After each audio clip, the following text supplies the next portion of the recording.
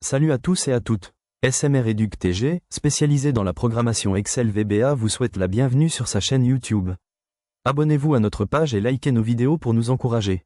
Pour tout besoin de logiciel ou de formation, contactez-nous au plus 228 9103 9118. Sans tarder, nous allons dans le but de cette séance. Bienvenue à cette séance dédiée à la présentation du logiciel SMR Educ TG. Alors, nous allons aller tout droit au but pour présenter quelques fonctionnalités du logiciel SMR Educ. Sans tarder, nous allons lancer l'ouverture. Je vais aller chercher le logiciel là où il est stocké. Voilà. Donc, c'est lui ici. C'est ce logiciel-là. Donc, alors, je vais double-cliquer sur ça et patienter qu'il s'ouvre.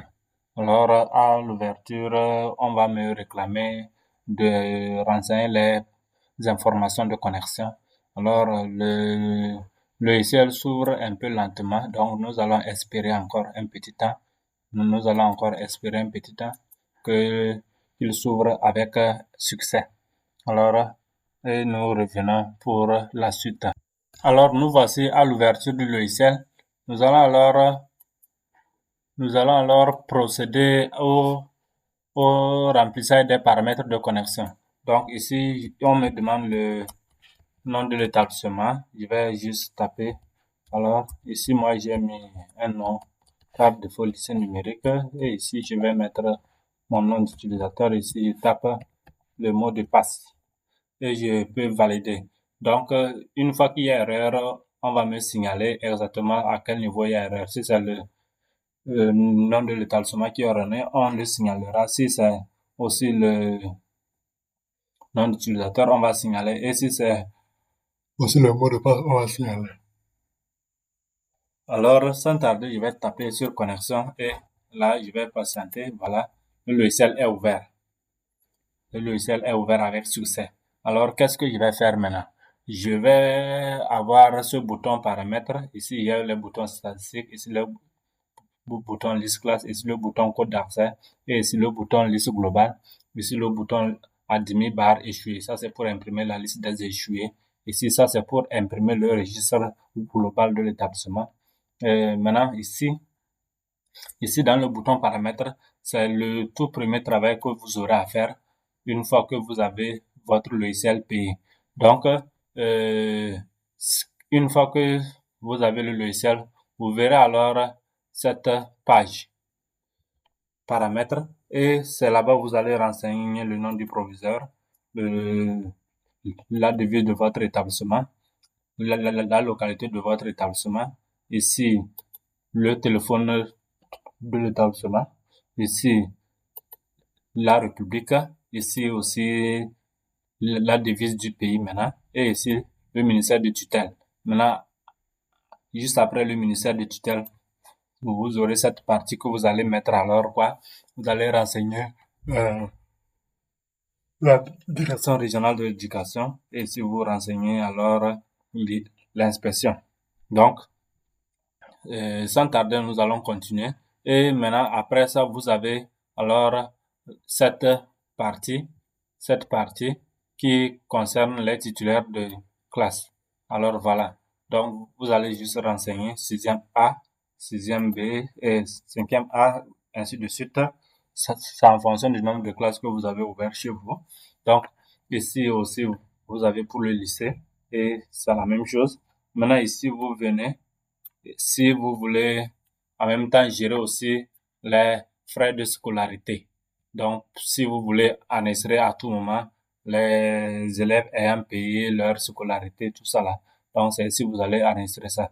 Donc, ici, nous avons frais de scolarité.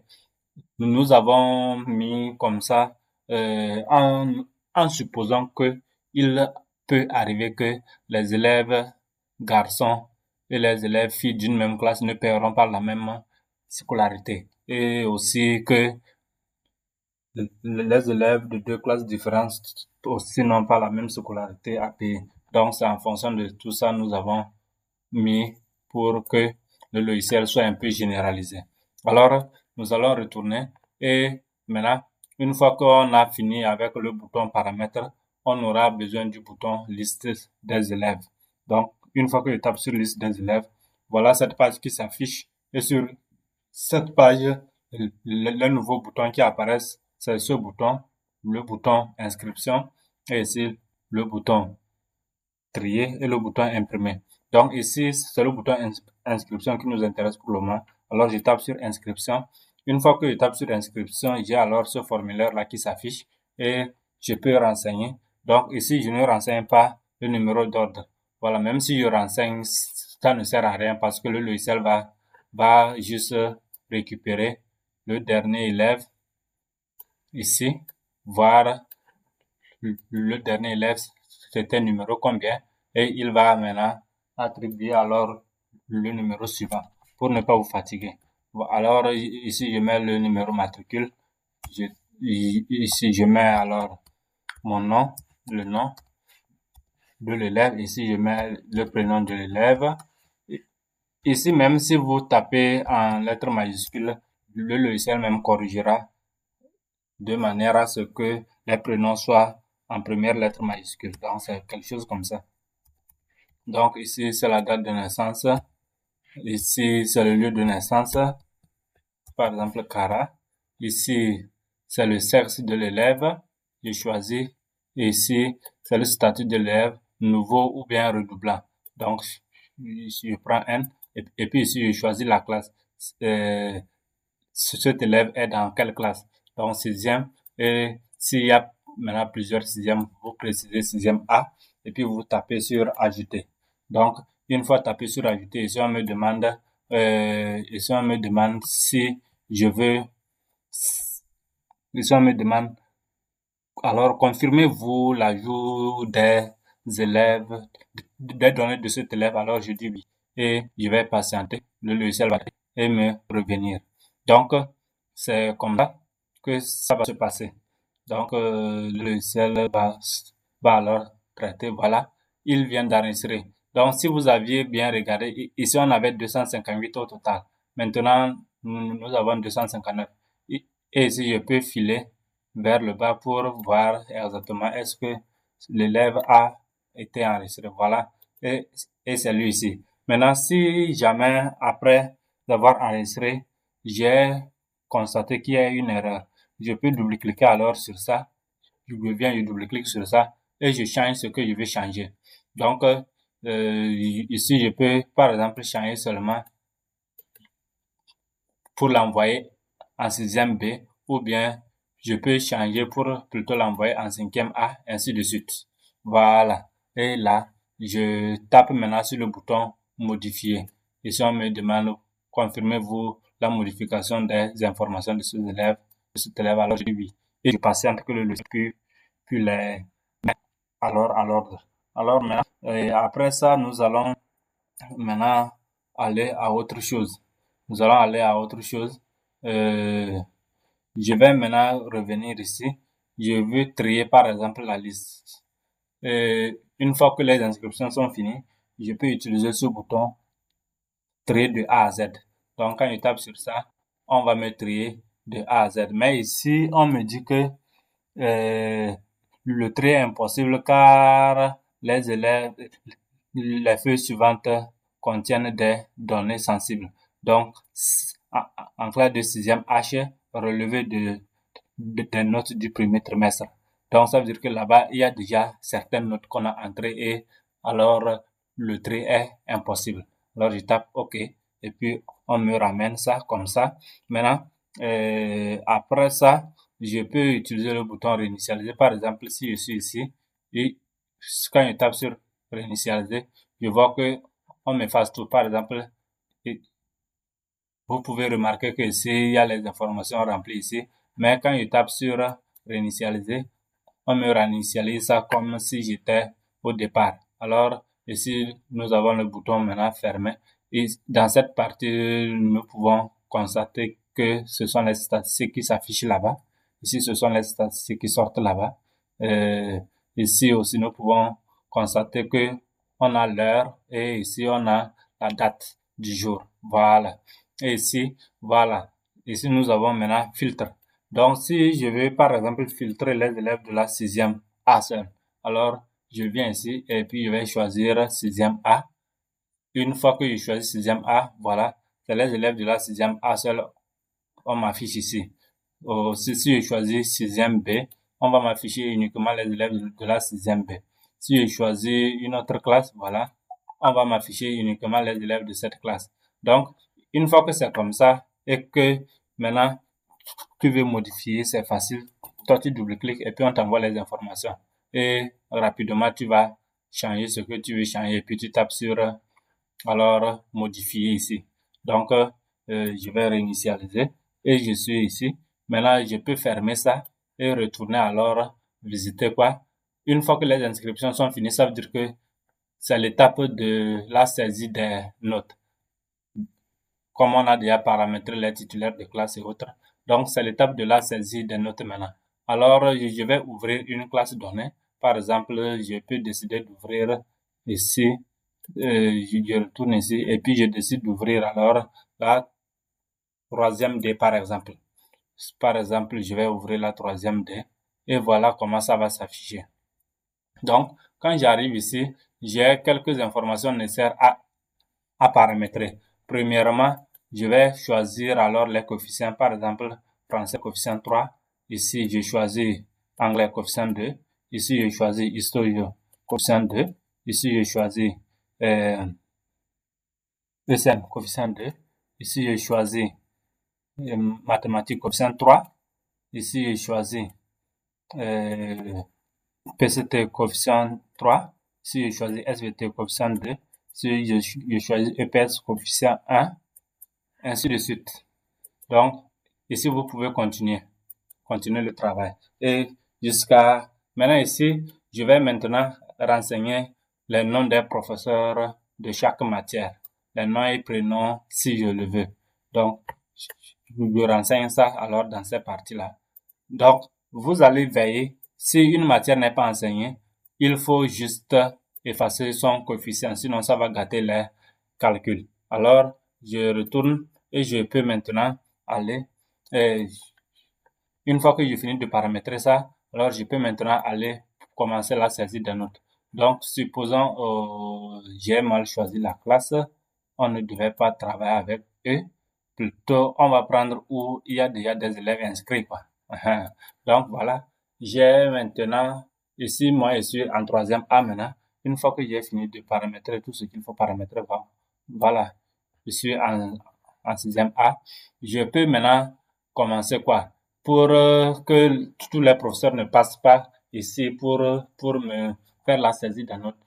Je vais ouvrir classe par classe et exporter le relevé et exporter alors le relevé de notes pour les envoyer sur leur portable pour qu'ils puissent même saisir sur leur portable et me renvoyer le fichier. Alors, on va apprendre également comment on va importer les notes. Donc, ici, c'est le bouton exporter.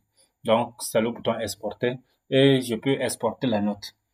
Donc, une fois que je clique sur ça, je vais rester patient et si on me dit le relevé des notes du premier trimestre de la 3e A été exporté avec succès. Voulez-vous connaître son dossier d'enregistrement? Je dis oui. Et voilà, on m'amène directement là où le fichier se trouve. Alors, je vais maintenant ouvrir ça. Une fois que j'ouvre ça, voilà comment ça va se présenter. Ici, on me dit 3e A. Si j'avais exporté d'autres classes, ici, j'allais voir 2e A, ainsi de suite, jusqu'à la fin. Voilà. Et là, je peux maintenant commencer à saisir les notes. Par exemple, un professeur de français va commencer ici. Il saisit les notes des élèves. Voilà. Donc, ici, pour que le travail, parce que dans le logiciel, la saisie des notes sera un peu lent. Donc, de préférence, il faut juste exporter les relevés et saisir. Et après, vous allez maintenant importer pour que ça ne vous prenne pas le temps. Ici, je vais taper certaines notes par erreur et puis vous allez voir ce qui va se passer. Ici, par exemple, je tape quelque chose qui n'est pas correct, quoi. Voilà, ainsi de suite. Et je peux maintenant enregistrer mon fichier et je le ferme. Donc, je le ferme et puis je reviens maintenant ici.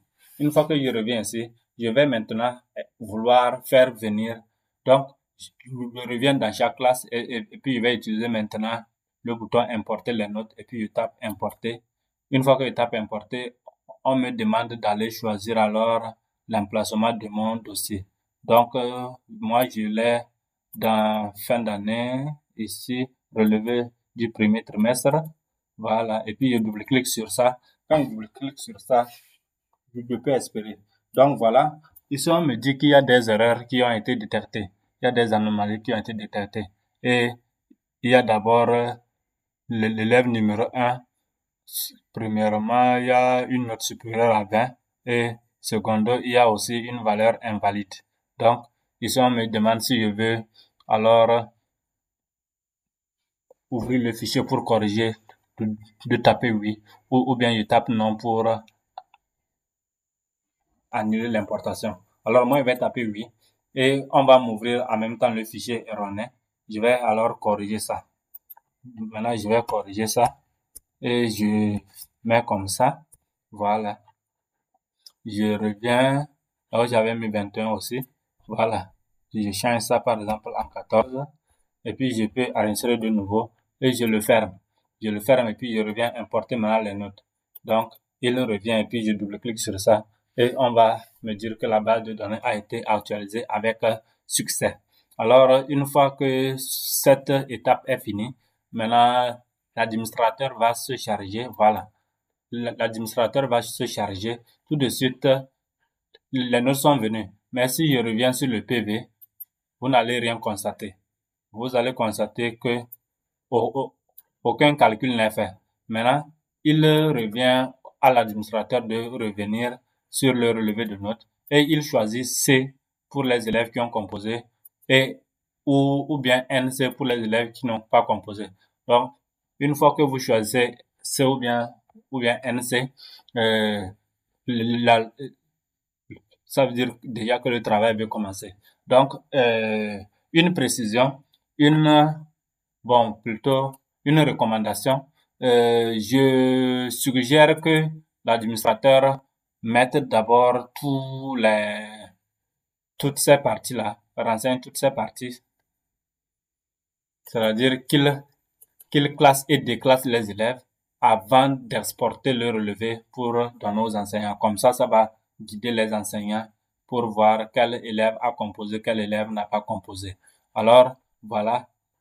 Maintenant que j'ai choisi C, je peux maintenant retourner et aller voir le PV. Donc, une fois que je suis sur le PV, je vois maintenant qu'on a calculé les moyennes de l'enfant.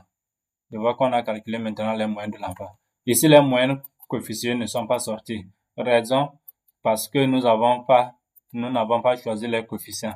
Alors, je vais venir choisir ici coefficient 3. Ici, je choisis coefficient 2. Ici, je choisis coefficient 2, ainsi de suite.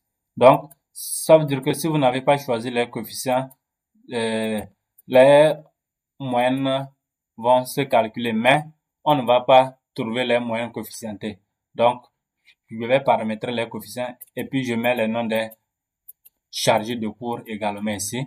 Et je peux maintenant retourner sur le PV et puis je vois maintenant que ces cases de notes coefficientées ne sont plus vides. Voilà. Et je peux retourner. Je peux maintenant venir jusqu'à la fin ici pour voir le rang de l'élève, le total que l'enfant a, le nombre de points que l'enfant a totalisé, la moyenne du trimestre, le rang trimestriel et l'appréciation. Alors, je peux maintenant retourner et j'ai ici le bouton ordre de mérite. Donc, l'ordre de mérite va me classer tous les élèves par ordre, tous les élèves de cette classe-là par ordre. Et j'ai le bouton exporter en PDF ou bien imprimer directement. Alors, si j'ai déjà mon imprimante connectée, ça veut dire qu'il me suffira de taper sur imprimer et le logiciel va imprimer l'ordre de mérite. Ou bien, si je n'ai pas l'imprimante connectée, il me suffit de taper sur exporter en PDF et on va m'exporter. Et puis, on me dit ordre de mérite du premier trimestre, troisième A été exporté a été enregistré avec succès. Voulez-vous connaître son dossier d'enregistrement? Je dis oui. Alors, on m'amène là où l'ordre de mérite là a été enregistré. Donc, une fois que je double-clique sur ça, alors je peux voir que c'est ouvert. Et voilà, c'est lui-ci. J'ai trop zoomé. Voilà. Voilà comment, comment ça s'affiche. Et, et c'est déjà prêt pour aller maintenant imprimer n'importe où vous voulez. Voilà. Alors, je peux retourner et je peux alors aller aussi imprimer les statistiques. Les statistiques également, je peux exporter en PDF ou bien imprimer directement. Donc, ça dépendra de moi. Alors, je vais taper sur exporter. Quand je tape sur exporter, vous allez voir qu'on va me dire que ça a été exporté avec succès et que est-ce que je vais aller connaître alors le dossier où il a été stocké. Je vais patienter sur ces feuilles-là. Souvent, ça va traîner un peu. Je vais patienter.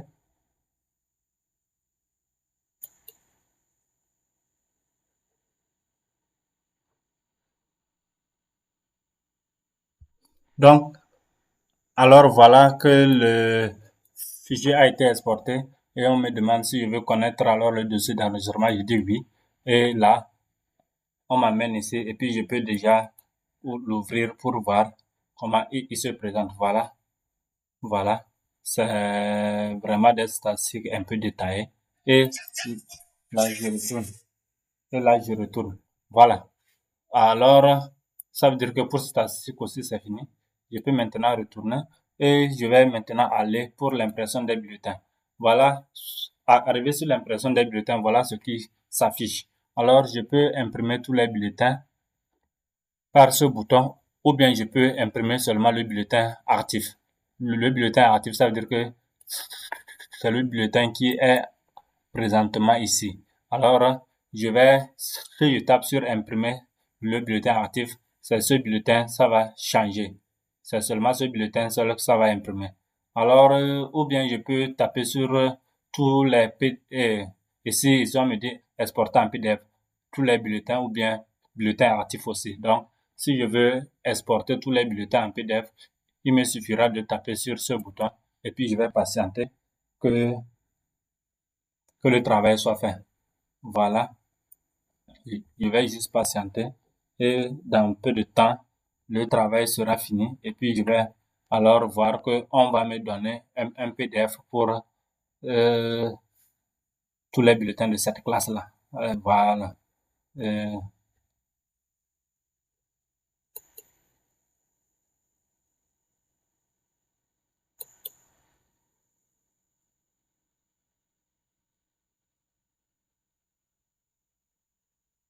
Je vais patienter encore. Voilà, quand ça va finir, on me dira que c'est fini.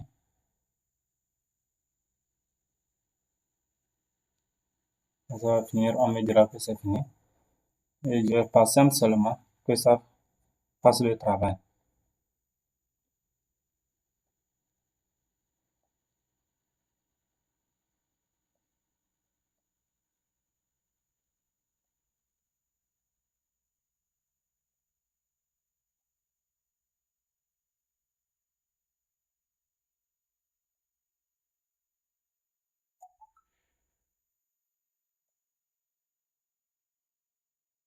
Alors voilà, les bulletins ont été exportés. Les bulletins de troisième A ont été enregistrés en un seul PDF. Voulez-vous voir le dossier? Je dis oui. Et puis on m'amène directement là où le dossier a été placé. Donc, je vais juste double-cliquer sur ça et j'ai alors tous les bulletins de la classe déjà en PDF et je peux alors aller imprimer là où je désire imprimer. Donc, maintenant, ça aussi c'est fini. On va retourner. Donc, c'est la même chose pour tous les 3 trimestres. Maintenant, à la fin de l'année,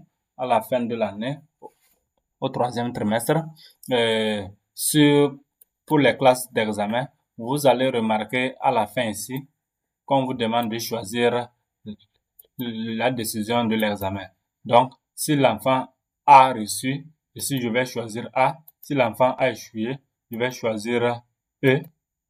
Donc, et là, ça va déjà me trier la liste des admis ou bien la liste des échoués. Maintenant, pour les classes de passage, je reviens sur la feuille paramètres et je verrai cette partie-là. Quand je reviens sur la feuille paramètres, je verrai alors cette partie-là qui va s'afficher. Voilà, c'est ça ici. Je vais parler de ça. Voilà, cette partie où on me demande de choisir les moyens de passage. Donc, c'est après le conseil que vous allez alors imprimer les bulletins du troisième trimestre pour les classes de passage, pour que directement sur les bulletins, pour qu'on puisse vous trier la liste des admis et mentionner sur les bulletins si l'élève passe en classe supérieure ou bien si l'enfant redouble sa classe. Alors, voilà. Donc, une fois que vous avez paramétré cette partie,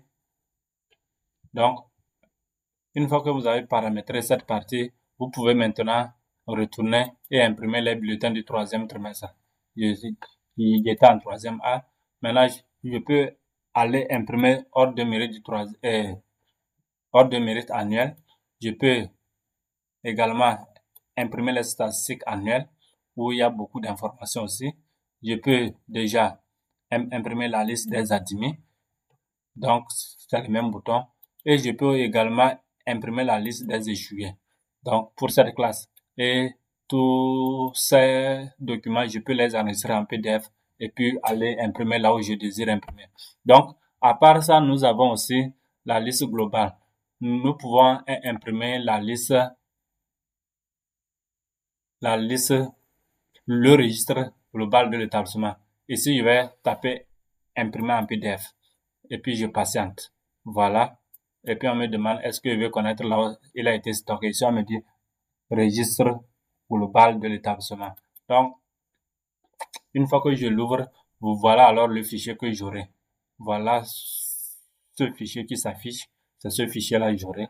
Et voilà. Voilà. Je peux retourner. Et puis, je tape maintenant sur quitter. Et puis on me ramène ici. Ou bien, la liste des admis. Je peux les imprimer ici par ce raccourci. Ou bien la liste des échoués. Donc, quand je clique sur cette flèche ici, on me dit admis 6e A. 6e A. Admis annuel.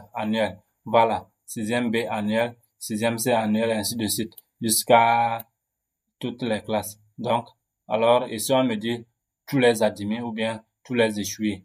Donc, je peux alors choisir un. Par exemple, j'ai choisi, comme on était en train de travailler avec la 3e A, je reviens, je cherche 3e A, admis, et puis je tape exporter en PDF. Voilà. Je vais dire non pour le moment. Et puis je prends aussi échoué, puis j'exporte en PDF. Voilà, ça a été exporté en PDF. Maintenant, je vais dire oui pour voir là où ça a été stocké. Ici, vous voyez qu'il y a deux fichiers ici. Liste des admis de fin d'année, liste des échoués de fin d'année. Donc, alors, je peux les ouvrir chacun pour déjà voir ce qu'il y a sur ça. Et donc, c'est quelque chose comme ça. Voilà. Et je peux revenir taper sur fermer. Une fois que je tape sur fermer, voilà, on me ramène directement sur ma page d'accueil. Donc, c'est la même chose c'est la même chose aussi pour les classes du lycée. Donc, à part ça, ici, j'ai le bouton paiement de scolarité. Pour ceux qui désirent enregistrer directement les frais de scolarité de leur enfant, déjà dans le logiciel.